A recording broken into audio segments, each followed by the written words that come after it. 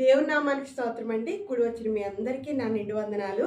ఇక్కడ మనం దేవుని యొక్క ప్రేమను గురించి ఆలోచిద్దాం. ఎందుకంటే ఈ లోకంలో అనేకమైన ప్రేమలున్నాయి. ఆ ప్రేమల కొరకు మనుషులు తాపత్రయపడుతున్నారు. గొప్ప ధనవంతులు కూడా ఏ విషయంలో లేమి కలిగి ఉంటున్నారంటే ప్రేమ విషయంలో. వారిని వారిగా ప్రేమించేవారు ఎవరా అని చూసుకుంటూ వాళ్ళు ఎంత ధనం సంపాదించినా కూడా చాలా దుఃఖముతో, కొంతమంది అయితే డిప్రెషన్తో కూడా చనిపోవడం జరుగుతుంది. మనిషి ప్రేమను ఆశిస్తున్నాడండి, నిజమైన ప్రేమను ఆశిస్తున్నాడు. అది పిల్లల దగ్గర నుంచి వస్తుందా, భర్త దగ్గర నుంచి వస్తుందా, భార్య దగ్గర నుంచి వస్తుందా, లేకపోతే ఎవరైనా స్నేహితుల దగ్గర నుంచి, బంధువుల దగ్గర నుంచి, ఎవరి దగ్గర నుంచి వస్తుందా అని ఎంతో ఆత్రపడుతున్నారు. అలాగే ప్రేమగా ఉండి నటించే వారిని, అంటే మీ యొక్క ధనం కొరకు ప్రేమ నటించే వారిని ఏమనుకుంటున్నారంటే వీళ్ళే నిజమైన ప్రేమికులు అనుకుని మోసపోతున్నారు. ఆఖరికి మీ ధనం పోయినప్పుడు, మీ వల్ల వాళ్ళకి లాభం రాదు అని తెలుసుకున్నప్పుడు, వారి యొక్క అంతరంగాన్ని బయట పెట్టినప్పుడు ఎంతో బాధ, వేదన కలుగుతుంది. అలాగా చాలా మంది బాధపడుతూ ఉన్న ఈ దినాల్లో దేవుని ప్రేమను ఎరగడం చాలా మంచిదండి. ఎందుకంటే తప్పిపోయిన కుమారుడిని చూస్తాం. తప్పిపోయిన కుమారుడు చాలా దూరం వెళ్ళిపోయి పందుల మందును మేపుకుంటూ బుద్ధి తెచ్చుకున్నాడు. అతను బుద్ధి తెచ్చుకుని వెనక్కి తిరిగి రావడమే మనం చూస్తాం. కానీ అక్కడ ఇంకొక పర్సన్ మనం చూడాలి. ఇంకొక మనిషి ఎవరంటే ఆ తండ్రి అండి. ఆ తండ్రి ఎంత ప్రేమగా ఎదురు చూస్తున్నాడంటే, అల్లంత దూరంలో ఉన్నప్పుడే బిడ్డ కనిపించాడు అంటే అతను ప్రతి క్షణము నిరీక్షిస్తున్నాడు. ప్రతి క్షణము ఆ దారి వైపు కనిపెట్టి ఎప్పుడొస్తాడా ఎప్పుడొస్తాడా అని చూస్తున్నాడు. అదే ప్రేమతో మన దేవుడు మన కొరకు నిలిచున్నాడండి. మనం చాలా తప్పిదాలు చేసాం, అందులో ఏమీ డౌట్ లేదు. నా సొంత అనుభవంలో నేను తెలుసుకున్నది ఏంటంటే, ఈ లోకంలో తల్లిదండ్రులు, అన్నదమ్ములు, బిడ్డలు, భర్త, భార్య, ఎక్కడో ఒక చోట ఎవరిలో ఒకళ్ళలో మనకి డిసప్పాయింట్మెంట్ అనేది కలుగుతుంది, నిరాశ చెందుతాం. అలాంటప్పుడండి కేవలము దేవుని ప్రేమే నన్ను బ్రతికించింది, నన్ను మీ ముందు నిలవబెట్టింది. సజీవ సాక్షిగా నేను ఉన్నాను అంటే కేవలము నా దేవుని ప్రేమ నన్ను నిలవబెట్టింది. కానీ దేవుని ప్రేమ నిలవబెడుతుంది, కానీ ప్రేమను గ్రహించుకోవాలండి. ఆ రోజు చిన్న కుమారుడు ఏమనుకున్నాడంటే, ఒక కూలివానిగా నేను ఉంటాను అని వచ్చాడు. అతని తండ్రి ప్రేమ ఏం చేసింది, అతనికి ఉంగరం తొడిగిచ్చింది, చెప్పులు ఇచ్చింది, వస్త్రం ఇచ్చింది. అవి ఏంటంటే కుమారునికి గుర్తండి. నువ్వు సేవకుడు కాదు, నువ్వు కుమారుడివే. ఇక్కడున్న అనేక మంది సేవకుల మీద నువ్వు యజమానివి అని చెప్పి ఒక ఆధిక్యతను ఆ తండ్రి ఇవ్వడం జరిగిందండి. ఈరోజు నువ్వేమనుకుంటున్నావంటే, నేను అనేక పాపాలు చేశాను, నా రహస్య పాపాలు నాకే గాని వేరే నరునికి తెలీదు. దేవునికి అన్నీ స్పష్టంగా తెలుసండి, అయినా క్షమిస్తున్నాడు. ఒకనాడు హోషియా అనే ప్రవక్త ఉన్నాడు. హోషియా అనే ప్రవక్తని ఒక ఉదాహరణగా దేవుడు ఏం చేస్తాడంటే, ఒక వ్యభిచారి అయిన స్త్రీని తీసుకురా అంటాడు. పెండ్లి వివాహం చేసుకోవడానికి వ్యభిచారి అయిన స్త్రీని తీసుకురావడమే కాకుండా, ఆమెను వివాహం చేసుకున్నాక ఆమె మారు మనసు పొందదు. మరొక్కసారి బిడ్డలను కంటూనే ఇంకొకసారి ఆమె పారిపోతూ వ్యభిచారంలోనే పట్టబడుతుంది. అప్పుడు ఆమెని బానిస కింద అమ్మేస్తారనమాట. అప్పుడు ఇతను ఏమనుకోవచ్చు, నేను ఇంత ప్రేమగా తీసుకొచ్చాను, ఇంత బాగా ఆమెను చూసుకుంటే ఆమె ఏం చేసింది, ఆమె అర్హతని కోల్పోయింది, ఆమె ఇప్పుడు బానిస బ్రతకడానికి అర్హురాలే అనుకున్నాడా? అనుకోలేదండి. హోషియా ఆమెను తీసుకురమ్మన్నాడు దేవుడు. ఆమెని తిరిగి క్షమించి తీసుకొచ్చి తన భార్యగా చేసుకోమని హోషియా ప్రవక్తకి దేవుడు ఆజ్ఞ ఇచ్చాడండి. దేవుడు తన ప్రేమతో ఆమెను ప్రేమిస్తున్నాడు గనక, భర్తగా నువ్వు కూడా ఆ ప్రేమను చూపించు అన్నాడు. ఇదంతా కూడా ఒక ఉదాహరణగా, ఇజ్రాయేలీలు ఎన్నిసార్లు పాపం చేసినా, ఎన్ని తప్పులు చేసినా కూడా నేను వారిని క్షమిస్తున్నాను, నిన్ను ప్రేమిస్తున్నాను అని దేవుడు చెప్తున్నాడు. నీవు ఇంత పాపం చేసినా ఇప్పుడు దాకా బ్రతికే ఉన్నావు కదా, నువ్వు బ్రతికి ఉన్నావు, ఈరోజు ఉదయం లేచావు అంటే దేవుని ఉద్దేశం ఏంటంటే, నిన్ను ఆయన ఇంకా విడిచిపెట్టలేదు, నీకు పరలోక రాజ్యం వెళ్ళే అర్హతను ఆయన తీసివేయలేదు. నీవు ఇప్పుడే పరలోక రాజ్యం వెళ్ళడానికి అర్హుడిగా చేయడానికి ఆయన సిద్ధ మనసుతో ఉన్నాడు. కానీ నీవు సిద్ధ మనసుతో ఉండాలి అంటే నువ్వేం చేయాలి? ఆ తండ్రి ప్రేమని, ఆ చిన్న కుమారుని హత్తుకుని కౌగిలించుకుని ముద్దాడి అతనికి తన యొక్క కుమారత్వాన్ని, అధికారాన్ని అంతా ఇచ్చిన ఆ తండ్రి ప్రేమతో నీ దేవుడు నిన్ను ప్రేమిస్తున్నాడని నువ్వు నమ్మాలి. నువ్వు నమ్మి ఏం చేయాలి? దాన్ని గుర్తించి ప్రేమ యొక్క లోతుని ఎంతో మనం గుర్తించలేమంట, ఆ వెడల్పు ఎంతో మనం గుర్తించలేమంట, ఎత్తు ఎంతో మనం గుర్తించలేమంట. అటువంటి గొప్ప ప్రేమ నువ్వు ఎంత గుర్తించినా కూడా ఇంకా నీకు తెలియనిది చాలా ఉంటుంది. ఆయన అంత గొప్ప ప్రేమతో నిన్ను ప్రేమిస్తున్నాడు, కానీ నమ్మాలి. ఆయన ప్రేమ ఎంతో మనం కొలవలేము, కానీ నమ్మి నేను ఎంత పాపినైనా కూడా దేవుడు నన్ను తీసుకుంటాడు, నేను ఇంకా చనిపోలేదు కాబట్టి దేవుని రాజ్యానికి అర్హుడిగా దేవుడు నన్ను మార్చడానికి ఆయన సిద్ధ మనసుతో ఉన్నాడని నువ్వేం చేయాలి?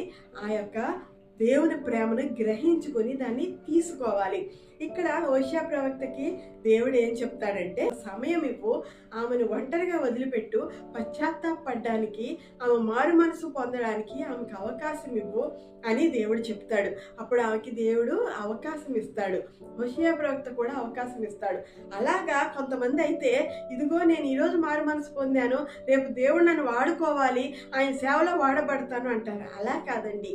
నువ్వు కొంత సమయం తీసుకొని పశ్చాత్తాపడి ప్రార్థన చేసుకొని వాక్యం చదువుకొని ఆయన వాక్యంలో బలపడి మళ్ళీ లోకంలోకి వెళ్ళినప్పుడు నీవు చెడిపోకుండా కాపాడే ఆ గొప్ప వాక్యంతో దేవుని ఆత్మశక్తితో నువ్వు నింపబడినప్పుడు ఈ లోకములో నీవు లోక పాపములో నీవు పడిపోవు. ఒక గొప్ప దైవజనుడు కూడా ఇలాగే మారు మనసు పొంది పాపము చేస్తున్న ఒక స్త్రీతో తను కూడా వ్యభిచారి అయిపోయినప్పుడు ఆమెను విడిచిపెట్టి రావడం జరుగుతుంది. ఆ బానిస బతుకు ఆయన్ని బానిసగా మార్చేసింది. ఆ బానిస బతుకు నుంచి విడుదల చెంది రావడం జరుగుతుంది. అప్పుడు ఆమె వెనక నుంచి పిలుస్తుందంట. పిలుస్తూ ఉంటే అతను పేరు పెట్టి పిలుస్తుంటే అతను అంటాడు, నేను ఇప్పుడు మారు మనసు పొందిన వ్యక్తిని, నీవు ఆ స్త్రీవే కావచ్చు కానీ నేను ఆ పురుషుడిని అయితే కాదు, నేను క్రొత్త జన్మ జన్మించాను, దేవుళ్ళలో నూతన శక్తిని పొందుకున్నాను, నూతన ఆత్మను పొందుకున్నానని వెనక్కి తిరిగి చూడకుండా వెళ్ళిపోతాడు. ఆదికాండంలో లోతు భార్య గురించి మనం ఆలోచిస్తే ఆమె కుటుంబ నాశనాన్ని తెచ్చింది. వెనక్కి తిరిగి చూడకు అంటే ఆమె ఏం చేసిందంటే వెనక్కి తిరిగి చూసింది.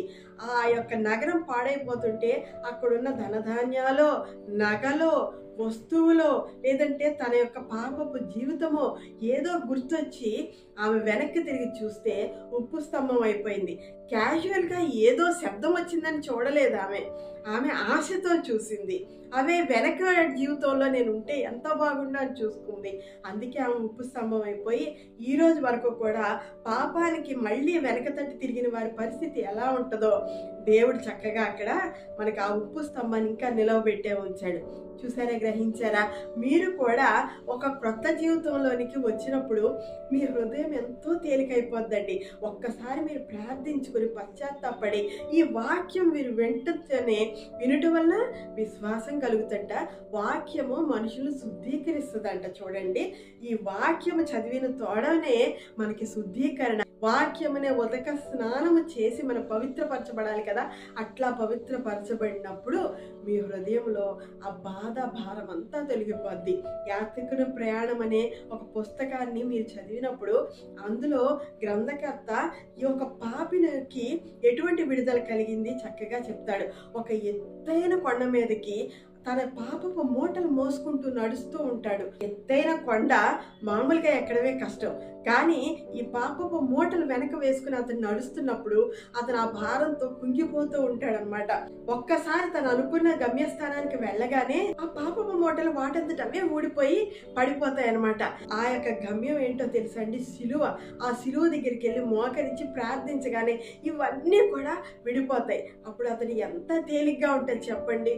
అంత బరువుతో ఎక్కిన మనిషికి ఎంత భారం దిగిపోయినట్టు ఉంటుంది. మీరు ఒక్కసారి కనుక మోకరించి ప్రార్థించి, అయ్యా నీ వర్తమానం విన్నాను, ఈ వర్తమానం ప్రకారం నేను నమ్ముతున్నాను, దేవా నా పాపం అంతా క్షమించు, నేను చెడిపోయాను, నేను రక్షణ పొందాను, బాప్తిజం తీసుకున్నాను, అయినా తిరిగి పాపంలో పడిపోయాను. ఎందుకంటే ఈ లోకంలో విశ్వాసము లేక మనం పాపంలో పడిపోతామండి.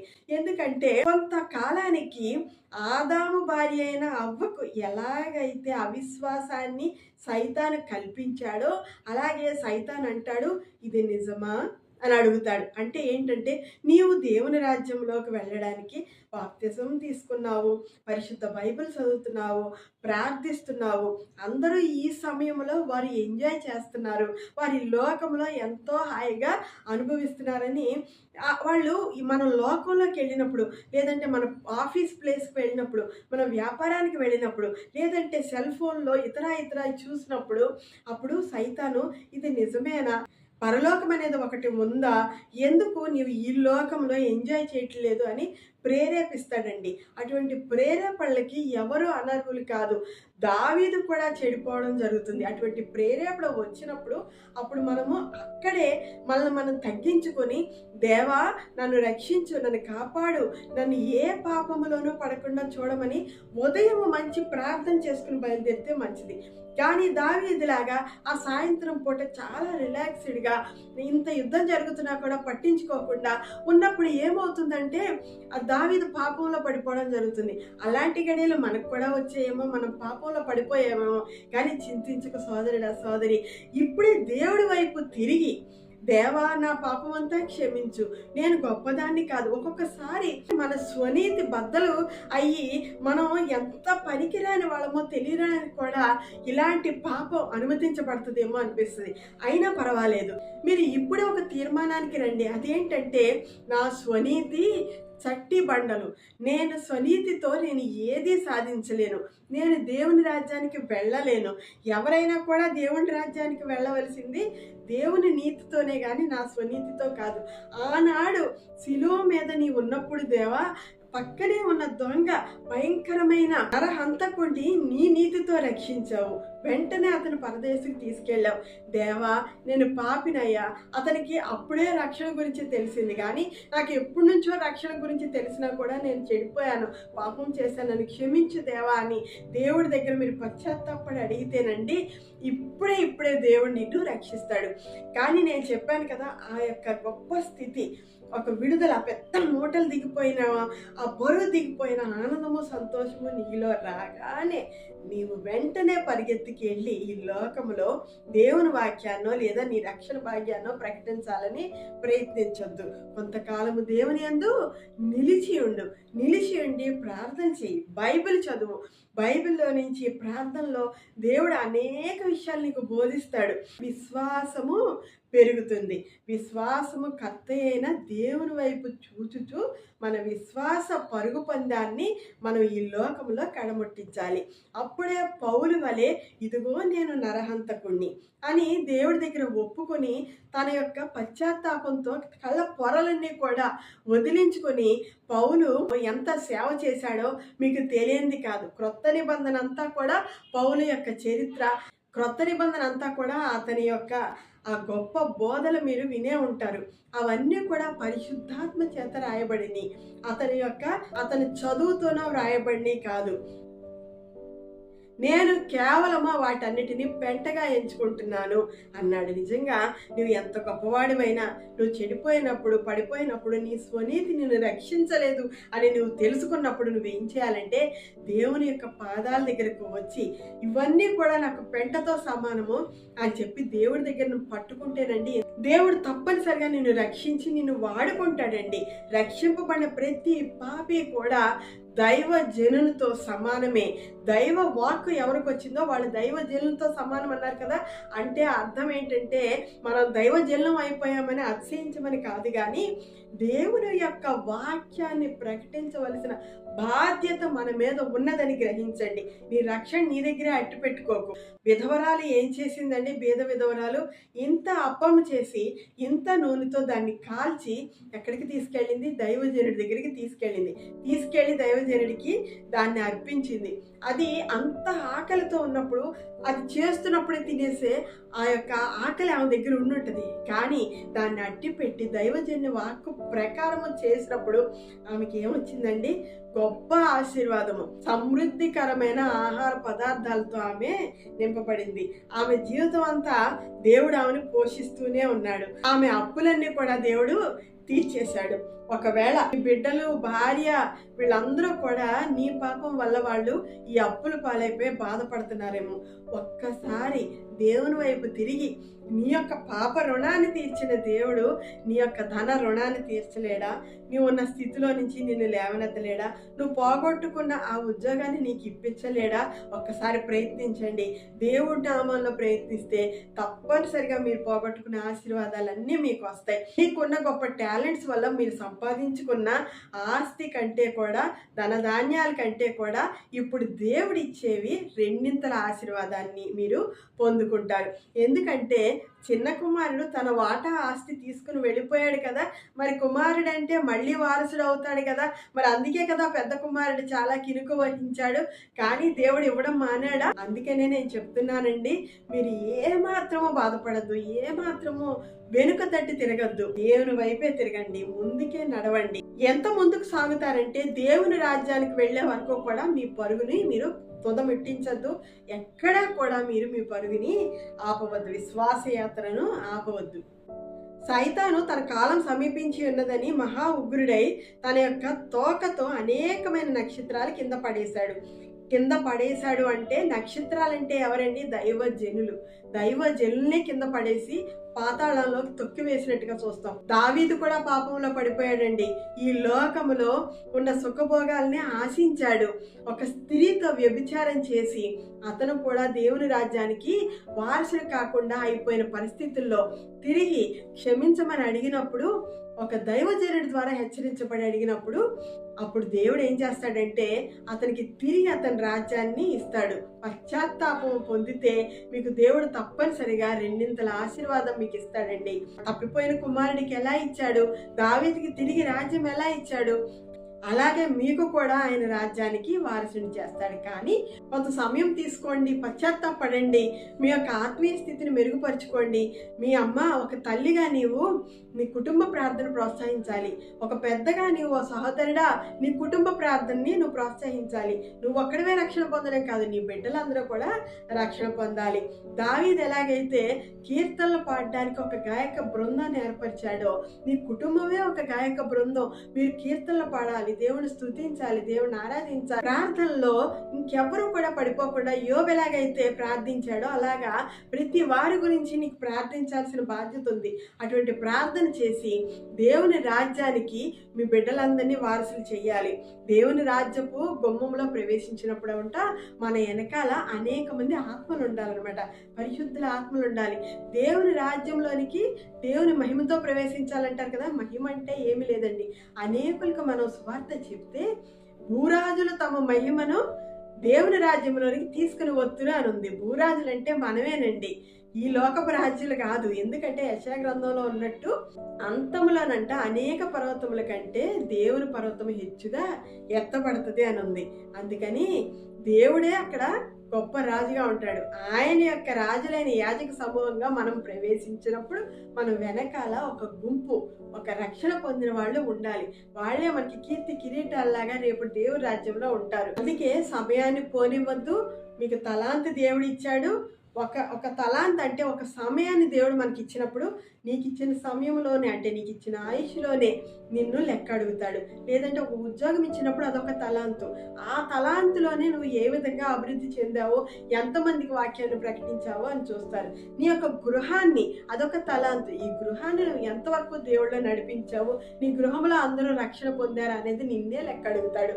అందుకని మీరు రక్షణ పొందడమే కాకుండా అనేకులను రక్షించి దేవుని రాజ్యానికి అనేకులను వారసులుగా చేసి బలా నమ్మకమైన మంచి దాసుడా అని దేవుడు పొగిడేటట్లుగా మీరు చేసుకుంటారని నమ్ముతున్నాను. నా ఈ వాక్యంతో కనుక మీరు సమ్మతిస్తే దయచేసి ఇప్పుడు నేను చేసే ప్రార్థనలో కూడా ఏకీభవించండి. యేసయ్యా, మహోన్నతుడా, గొప్ప దేవుడా, ఘనదేవుడా, నీకే వందనాలు, స్తోత్రములు తండ్రి.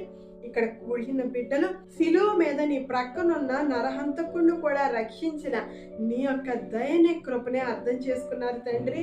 యేసయ్యా, ఇప్పుడే తండ్రి వారందరి మీద నీ పరిశుద్ధాత్మను దింపి పరిశుద్ధీకరించి కడిగి ఆనాడు హోషియా భార్యని ఎలాగైతే స్వీకరించాడో అలా నువ్వు స్వీకరించడానికి నీ ప్రేమ, నీ కృప చాలినదని తెలుసుకుని ఇప్పుడే నీ వైపు తిరిగి ప్రభు రక్షణ పొంది ప్రభు దేవ ఆ రక్షణలో కొనసాగడానికి బిడ్డలకి కృపని దయని దయచేయండి. భారమంతా తండ్రి విడిచిపెట్టి, పాప భారాన్ని విడిచిపెట్టి తండ్రి ముందుకు సాగడానికి సహాయం చేయండి అయ్యా. మరి ఓడ బ్రద్దలైపోయిందంట తండ్రి సముద్రము మధ్యలో. అటువంటి స్థితిలో మేము ఉండకూడదు తండ్రి.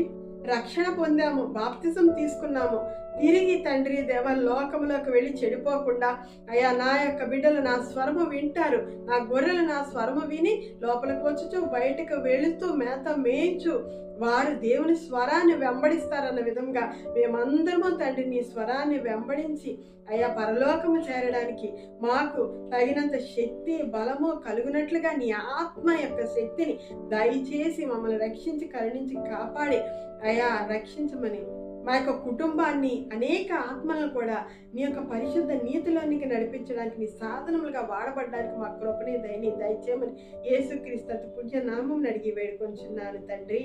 ఆమేన్ ఆమేన్. మీరు ఈ యొక్క వాక్యాన్ని అనేకులకు పంపించాలనుకున్నా, మరలా వినాలనుకున్నా మా యూట్యూబ్ ఛానల్ ఉంది, శాంతి ఒడుగు. ఆ ఛానల్లో ఇంకా అనేక వాక్యాలు ఉన్నాయండి. వాటన్నిటిని విని ఆశీర్వదించబడండి. అనేకులకు వాటిని షేర్ చేయండి, అనేకులు రక్షించండి. మరొకసారి ఇదే ఛానల్లో ఇదే సమయానికి కలిగి పర్యంతము దేవుని యొక్క అత్యంతమైన కృప, ప్రేమ, దయ మీ అందరికీ తోడేయుండి నడిపించును గాక. ఆమేన్.